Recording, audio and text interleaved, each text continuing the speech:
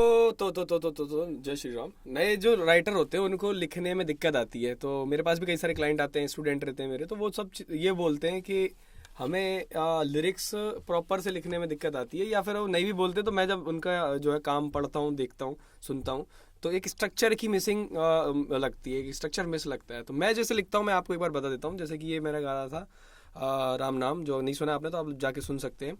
तो मैं लिखता हूँ सबसे पहले तो देखो भगवान का नाम, क्योंकि गाना है भगवान का। लेकिन उसके बाद जो स्ट्रक्चर मैं, देखो ये दिख रहा होगा, बॉक्सेस वगैरह, वर्ड्स वगैरह, ये सब चीज़ें मैं लिखता हूँ स्ट्रक्चर में, क्योंकि मुझे म्यूजिक में भी वो चीज़ें समझ में आती है कि कहाँ पे क्या चीज़ डालनी है, कब कैसे क्या करना है।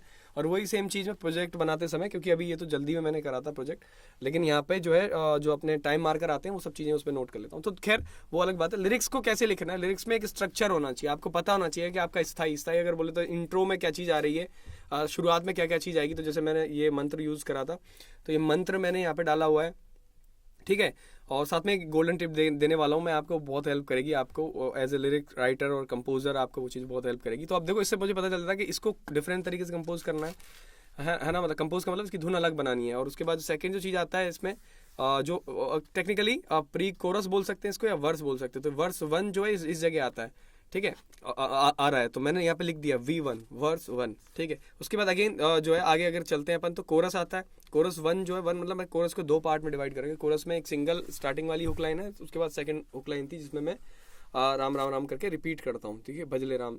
तो वो वाली चीज़ मैं रिपीट करता हूँ। तो यहाँ पे मैंने उसको भी लिखा हुआ है कि कोरस सेकंड जो है कोरस वो भी यहीं पे आएगा। तो इस तरीके से तो स्ट्रक्चर बन गया। अब आपको समझ में आया म्यूजिक किस तरीके से प्रोग्रेशन होने वाली म्यूजिक की, ठीक है। ऑल मैंने इसका म्यूजिक पहले डिजाइन कर लिया था, पहले मेलोडी आई थी, फिर मैंने उसका म्यूजिक, मैं वो पूरा डिकन्स्ट्रक्टेड वर्जन आपको दिखा दूंगा अगर और भी आपको डाउट है। बट अभी लिरिक्स राइटिंग की, तो अब मैं इस तरीके से लिखता हूँ, इस तरीके से सोच करके करता हूँ काम, तो मुझे समझ में आता है। और जो कंपोजर होगा, अगर आप सिर्फ लिरिक्स लिख रहे हो, तो उसको भी एक अच्छा आइडिया मिल जाएगा कि आप कहाँ पे क्या चीज़ करना चाह रहे थे, ठीक है। तो एक स्ट्रक्चर, और देखो लाइन मीटरिंग जो होती है, जो हर एक जो, जैसे ये तो मंत्र है, ये तो पहले से लिखा हुआ था जो मैंने लिखा है, तो उसकी जो लेंथ है, जो शब्दों की, उसमें आपको फिट करना है पर्टिकुलर, तो वो भी आपका फिक्स होना चाहिए। मतलब आपको वो चीज़ समझनी है कैसे। जैसे कि अगर मैं सेकंड वर्स का एग्जांपल लूँ, उसके बाद तो आता है अगला जो अपना वर्स है, सेकंड और ओवन मिला करके। तो ये जो है वर्स, इसमें लिखा हुआ है तो राम नाम अतुल्य अगाधा, राम नाम बिन जीवन आधा। तो देखो आप शब्दों को जो चयन है वो एकदम बराबर है। अगर आप एक से एक शब्द काट दो तो बराबर आ रहे हैं, लगभग एक दो ऊपर नीचे चलते हैं, वो आपको फिर उसको मीटरिंग को चेंज करना पड़ेगा, आपको उसकी स्टाइल या उसकी कंपोजिशन पे उस तरीके से वर्क करना पड़ेगा। युक्ति ना कोई इससे सरल है, राम नाम मुक्ति का धागा धारा मैंने इसमें कर दिया है, अभी चेंज कर दिया है। तो वो गोल्डन टिप भी मैं आपको देने वाला हूँ कि मैं कैसे काम करता हूँ, लिरिक्स कैसे लिखता हूँ, या फिर आपको अगर आप यूज़ करो तो उससे आपको हेल्प ही होगी। तो इस तरीके से देखो, कटाई एकदम बिल्कुल कटाई बराबर है, मतलब लिरिक्स की जो ऊपर की एकदम छटाई कटाई करिए वो एकदम बराबर करिए। तो ये चीज़ भी कई लोगों के लिरिक्स में मिसिंग रहती है, जो शुरुआत में मुझे भेजते हैं। तो भाई एक बार इसको देख लो तो आपको दिक्कत नहीं आएगी, ठीक है। मेरे को अचानक से आइडिया आ गया, मैं अभी रिकॉर्ड कर रहा हूँ, इसे रिलीज़ नहीं हुआ, बट ये अब जब ये वीडियो आएगा जब तक रिलीज़ हो चुका होगा। तो आप प्लीज़ जाके इसको एक बार गाने को सपोर्ट करो, प्यार करो, अपना प्यार दो। और भी गाने पड़े हुए हैं तो उसको भी प्लीज़ सपोर्ट करो। ऐसे ज्ञानवर्धक वीडियो तो मैं लाता रहूँगा, तो कोई मेरा बायात का काम है, मतलब आपको बताना। ये तो भाई क्या होता है, बताने से ज्ञान, बांटने से ज्ञान बढ़ता है, ठीक है। तो अब इसके बाद देखो, इसके बाद स्ट्रक्चर में थोड़ा अलग से डिजाइन करता हूँ आपको। प्री कोरस वर्स स्ट्रक्चर वाला वीडियो मैं आपको प्रॉपर से दिखा दूंगा कि क्या क्या स्ट्रक्चर आप पॉसिबली बना सकते हैं, और गानों के स्ट्रक्चर किस तरीके से होते हैं, ठीक है। वो अलग वीडियो है। अभी मैं बता रहा हूँ कि आपको लिखना है तो आपको मीटरिंग और ये सब चीज़ों का ध्यान रखना है। उसके बाद इसमें क्या है, मैंने डबल जो है 8 बार्स इसमें लिखे हैं, 8 लाइनें लिखी हैं बेसिकली। तो 4 लाइनें यहाँ पे हैं और ये 4 लाइनें इसमें कुछ उड़ रखी हैं। तो उसके बाद फिर कोरस रिपीट हो जाता है, ये वाली चीज़ जो है वापस आ जाती है सेम। फिर म्यूजिक आता है, फिर एंड देन आउट्रो आता है। तो आउट्रो में कुछ अलग सी चीज़ मैंने कर रखी है, फ्लूट व्लूट बजा रखी है, तो वो तो म्यूजिकल पार्ट है। तो अब देखो, एक बार हमने ऐसे जमा लिया ना, तो जब कंपोज करते हैं तो हमारा दिमाग, खुद का दिमाग अच्छे से एनालाइज कर पाता है, इन सब चीज़ों को समझ पाते हैं हम अच्छे से, बढ़िया से काम कर पाते हैं। तो ये चीज़ बहुत हेल्प करती है। अब जो गोल्डन टिप मैं बता रहा था, लास्ट में बोनस टिप बोल दो उसको। तो ये मैं क्या करता हूँ, लिरिक्स लिखते समय जितने भी आइडियाज़ आते हैं, ठीक है, तो जैसे मुझे आइडिया आया, मान लो कि जैसे माया का खेला रे मेला रे, तो मैंने इससे मिलते जुलते शब्द जो इसमें गाने में मैं यूज़ कर सकता था।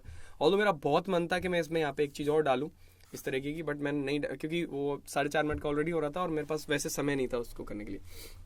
तो मैंने जैसे अकेला रे, ठेला रे, ढेला रे, इन सब के ऊपर भी मैंने लाइनें सोच रखी थी। यानी कि मैं ऑलवेज ज़्यादा लिखता हूँ। जैसे अगर गाने में इतनी सी नीड है तो मैं इसका 1.5 गुना या ऐसे डबल ही लिखता हूँ। जैसे ये देखने में आ रहा होगा आपको, मैंने साइड में कई कई जगह नोट्स बना रखे हैं, देखो लाइनें भी डबल डबल लिखी हुई हैं, जो इसमें गाने में कहीं यूज़ नहीं हुई है, लेकिन मैंने लिख रखी हैं।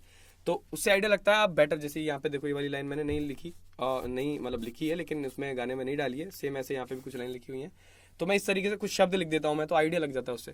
तो ये चीज़ बहुत हेल्प करती है जब आप फाइनलाइज कर रहे होते हो। कई हम क्या है जितना लिखते हैं उतना वो की वही सेम गा देते हैं कई सारे लोग बिगिनर, तो ऐसा नहीं करना अनलेस आप बहुत ज़्यादा सुप्रीम लेवल के वो नहीं हो गए हो, ठीक है। लेकिन ये वाली जो चीज़ें बहुत हेल्प करेगी, आपको समझ में आएगा कि यार ये भी कर सकते हैं, ये भी कर सकते हैं। और जब गा रहे हो तब भी थोड़ा सा दिमाग खुला रखना है कि भाई इसकी जगह ये भी कर सकते हैं, इसकी जगह ये भी कर सकते हैं। अगर आप सिंगर हो तो भी ये चीज़ हेल्प करेगी आपको, आप अपने से आप एक बार आइडिया दे सकते हो, क्योंकि आपको मैं ये मानता हूँ कि आपको अपना इनपुट भी देना चाहिए गाने में, तो वो चीज़ है। बाकी बहुत सारे ऐसे इस तरह के टिप्स वीडियो आते रहेंगे, क्योंकि ये इनसाइट्स हैं, ये बहुत कम लोग शेयर करते हैं। मैं चाहता हूँ कि अब मेरी जो कम्युनिटी है वो ग्रो करे और एक अच्छा म्यूज़िक बाहर निकाले। Thank you very much for watching. अगर आपने वीडियो पूरा देखा देन सब्सक्राइब कर लो चैनल को, एंड मेरा official channel one and only Aditya की लिंक भी आपको नीचे मिल जाएगी, एंड फेसबुक, इंस्टाग्राम, ट्विटर पे सब जगह जो भी जितनी भी होती हैं इन सब जगह फॉलो कर लो, भाई को सपोर्ट करो, एंड जितने भी गाने उन सभी को शेयर एंड सपोर्ट करो। कमेंट करके बताओ कि आपने वीडियो पूरी देखी। Thank you very much, bye bye.